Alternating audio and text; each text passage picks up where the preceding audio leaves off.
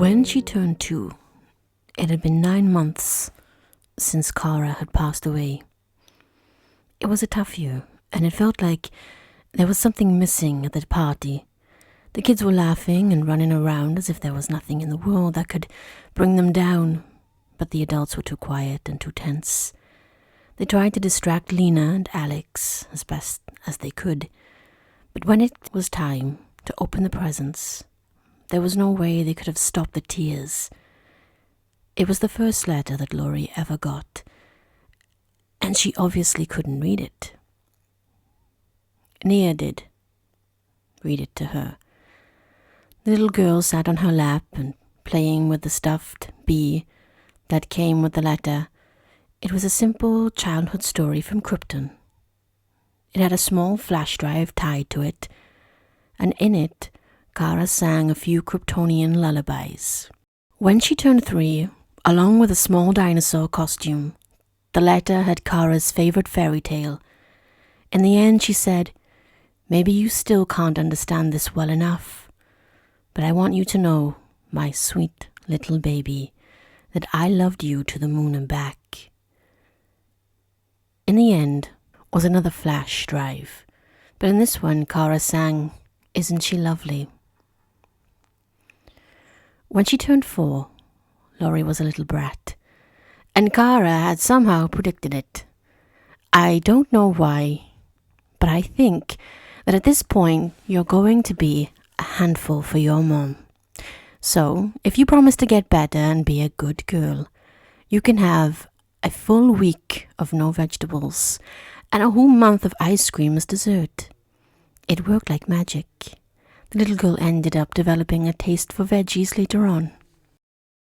When she was 5, Kara told the story of a little girl from another world that ended up on Earth, gained superpowers and protected the world.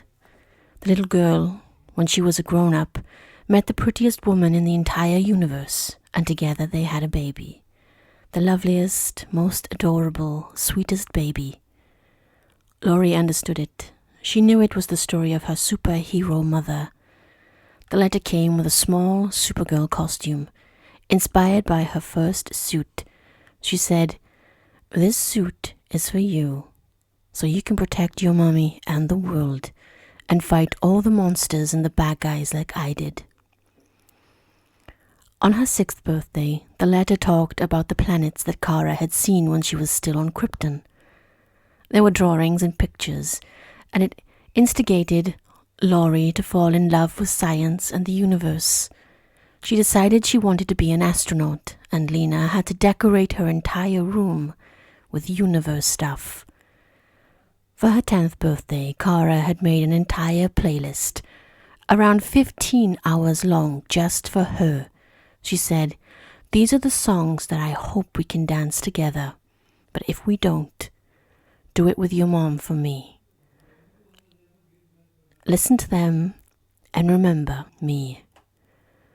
And remember how much I loved you both." It went on like that, sweet stories and curiosities and everything, until Laurie turned 13. When Kara knew Laurie was going to develop her powers, she talked about them, how to deal with them, and how to use them to protect their family and the world. She told her daughter that she could decide to not use it, and there would be no judgment. Protecting the world was a great deal and a lot of responsibility, and she could put too much at risk. Laurie was mad after reading it. She swore to herself that she would never become a hero, because that's exactly what took her juju from her and her mother. It changed when she turned 14, though, when she started to train to take over Supergirl's place. Kara had always been there, one way or another. Some years it infuriated Laurie so much she wished she could punch Kara in the face. She thought, how could she leave me and write these stupid letters as if they are the same as having her here? But as she grew older, she tried her best to understand Kara's motives. She was a hero, foremost. Even when she had to give up being Supergirl and stay with her family, she was still a hero. She always had that silly sense of justice. She always believed in the best of humanity. She always fought for what she believed was right.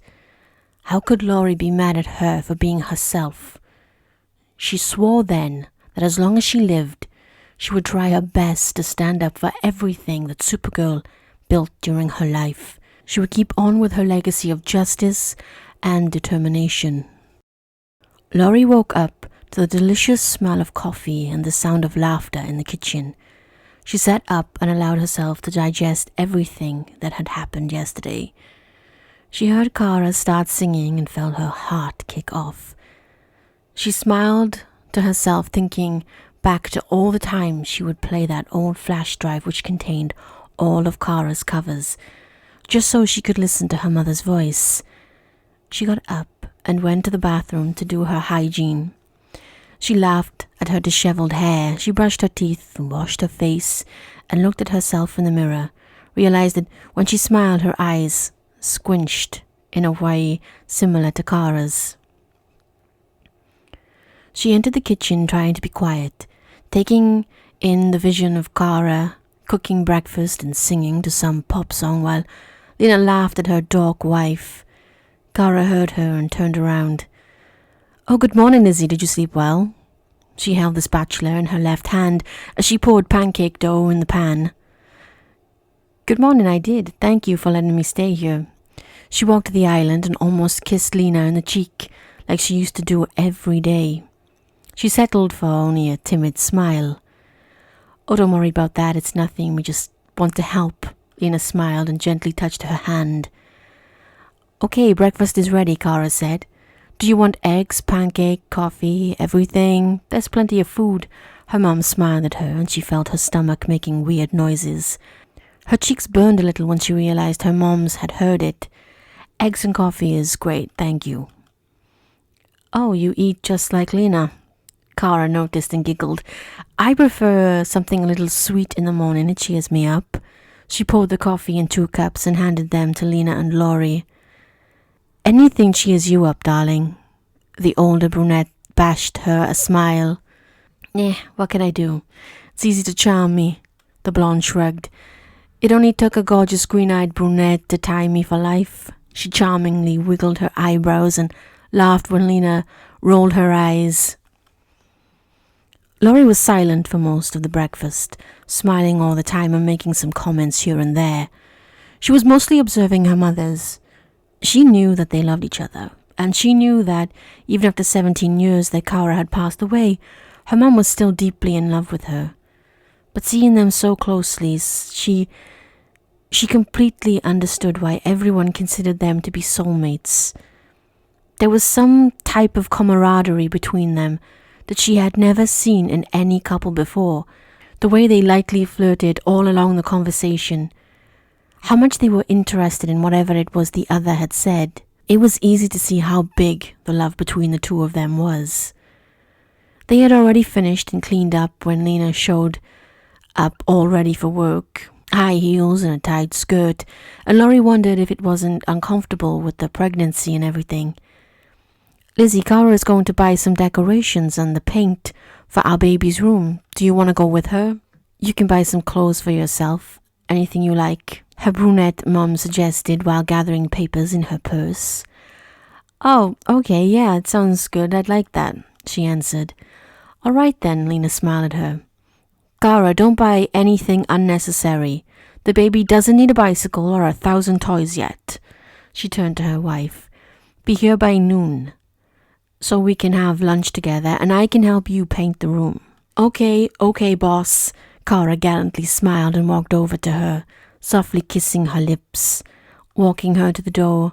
Laurie felt locked up in time, as if she were seeing things in slow motion. Yesterday she hadn't seen them share any kiss, nor any type of affection besides some hugs, and today it made her want to cry.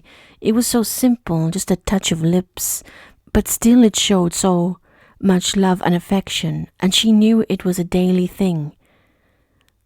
That wasn't unusual to them. It made everything feel even more real. It was as if before she felt like she was in a dream, and now she knew it was reality. She was really living an entire day with both of her parents together and alive. She steadied herself as Kara turned to her, a gigantic smile on her face. "So, ready to go shopping?" Laurie was walking along the store, eyes roaming everywhere. The clothes weren't much different from her time, just the style that changed over the years. But it wasn't anything super modern, just normal clothes. Kara was at some other store buying the baby's decorations and would be here by any minute. Laurie chose to buy some simple clothes, just a few t-shirts, pants, some underwear, etc. She heard Kara come into the store before she saw her, and she wondered what was the moment that she had memorized her heartbeat. Kara was just a few feet away from her, eyes locked on something. She pulled it out from the hanger when Lorelei was just a few feet away. It was that one Supergirl costume from when she turned 5. Her eyes instantly got glossy, the unshed tears fogging her vision. She had no idea Kara was already writing the letters. When did she decide to do so? Laurie wiped the tear that had fallen from her cheek, pulled herself together, and walked towards Kara. "Hey, I'm done already." She lifted the bag with the clothes. "Oh, hi, that's great." She smiled and held the small costume in front of her. "What do you think? I know this is for older kids, but it's just so cute. Do you think she's gonna like it?" She expectantly looked at the girl, and Laurie felt like crying all over again. She cleared her throat. "I think she'll love it. I'm sure she's not going to put it away." And she was being completely honest. Since her birthday, she wore it almost every day, until it tore around the skirt. Lena tried to save it, but there was nothing else she could do. She got a similar one from Alex at the Christmas party, but it wasn't the same thing. "Really?" She smiled hopefully, lovingly looked at it. "She's gonna look adorable in it." "She is. It is a lovely costume," she simply said. After they paid for everything and left, they were walking back to the parking lot when Kara suddenly stopped when they passed a bookstore. "Oh, that's great." She pulled Laurie inside. "Do you like books, kid?" she asked her. "I love them. Reading is one of the things I like to do most." She looked around, taking in the familiar environment. "That's really nice. I like it too. But I don't read as much as Lena. She devours a book in hours, no matter how long it is." Kara smiled. They ended up buying one book for Lena, Epitaph of a Small Winner, and one for Laurie, The Power. Lena has been wanting to read it ever since she saw a review about it. Kara chuckled a bit when she took the book in her hands. They later passed a flower shop and Kara bought Lena a lily bouquet. "I know we're already married," she said, "but there's no need for chivalry to die, right?" By the time they got to the penthouse, Laurie was starving. She felt like she could eat even the flowers. They entered the house and were welcomed with the delicious smell of Italian food. "Oh, thank God you're here. I'm starving," Lena, who was sitting at the couch, said, and Laurie laughed. "Hi to you too, my love." Kara walked over to her and lovingly kissed her lips. "These are for you." She handed the book and the flowers to Lena, who blushed a little. "Thank you," she flashed a fond smile to her wife. "You just know how to charm me, don't you?" Laurie was still next to the door, smiling to her moms. Would it be weird if she said she could watch them be gross to each other all day long? Lena was bashing her eyelashes to Kara, and the girl wished she could see this type of interaction every day. It was really hard to make Lena Luthor blush, but Kara was doing it as if it was nothing. It's a superpower, you know. Kara put her hands around the CEO's waist. "It's not always that one gets the chance to get married to the prettiest woman in the world, so I have to keep you in love with me for as long as I can." She pecked her wife's lips. "Now let's eat." She walked with Lena to the table, and Laurie went right after them. Lunch was incredible. Laurie was constantly laughing and smiling. It was so good to be around Kara. They talked about their days, and Laurie spent an entire half an hour talking about being a vegetarian. Lena even started to consider becoming one. "Okay, I'm ready." Lena showed up at the door of baby Laurie's room wearing leggings, an old t-shirt, hair in a ponytail. Cara was in a white tank top and gardener jeans, already setting up the paint and everything. She lent some old clothes to Laurie, who was tying up her hair. They started by moving some of the baby's furniture that still had to be assembled. Cara was on the ladder painting the higher parts of the wall. Lena was painting the middle of it, and Laurie was painting the part near the floor. "Maybe we'll have to move somewhere else when we have more kids," Cara mentioned at some point. More kids? Laurie asked herself. She was supposed to have siblings. "I was looking for some houses the other day. Maybe we should start visiting some of them," Lena agreed. The young girl imagined herself having siblings, playing with them, teaching them about their powers. She imagined a breakfast with all of them, both of her mothers and herself, and she felt her heart breaking. So that was another thing that was taken from her. She was lost in thought when she heard a gasp. "Oh no, you did not do it." She turned to see Lena with a big blue stain on her forehead, looking angrily at Cara, who was trying hard not to laugh, hands in front of her body. "I'm sorry," she laughed, "but you remind me of Simba," she said, and Laurie was the one to laugh. Cara looked at her with mischief in her eyes, and it took a couple of seconds for Laurie to realize what was happening. Soon enough, she too had a stain on her face, and a paint fight was happening. They all ended up with paint everywhere, laughing like little kids. When she was in the shower, Laurie kept replaying the words in her head, laughing to herself. She managed to spend the entire day without thinking about going back. Before she slept, she wondered if her mom was worried about her. She knew she should go back soon. This wasn't supposed to last too long. She had a life to go back to, and her mom would be worried sick by now. But when Friday rolled around, she was still there. It had been 4 days since she was almost hit by Cara's SUV. She wanted to go back. She really did. Because she didn't want everyone to be worried, thinking that something bad had happened to her. And she knew that the longer she stayed, the harder it would be to go back. But she had no courage yet to let go of this. It was a dream come true. Can you understand her? She spent her entire life dreaming about meeting Cara, and here she was. She discovered so many new things about her mom, like the way her co-worker William stressed her, like how much she liked to play video games and how much she hated horror movies. She found out that Cara had been a nanny when she was younger and that she used to work at Noonan's. She found out that Cara had a habit of scratching the back of her neck when she was working on an article. She discovered that Cara loved latte, that her favorite cake was the chocolate one, that her favorite book was Dune and her favorite color was green, because of Lena's eyes. And that she tried playing guitar when she was younger, but didn't keep on with it. Cara had the habit of squinching her eyes when she was too happy, and she would anxiously tap her foot when she was mad.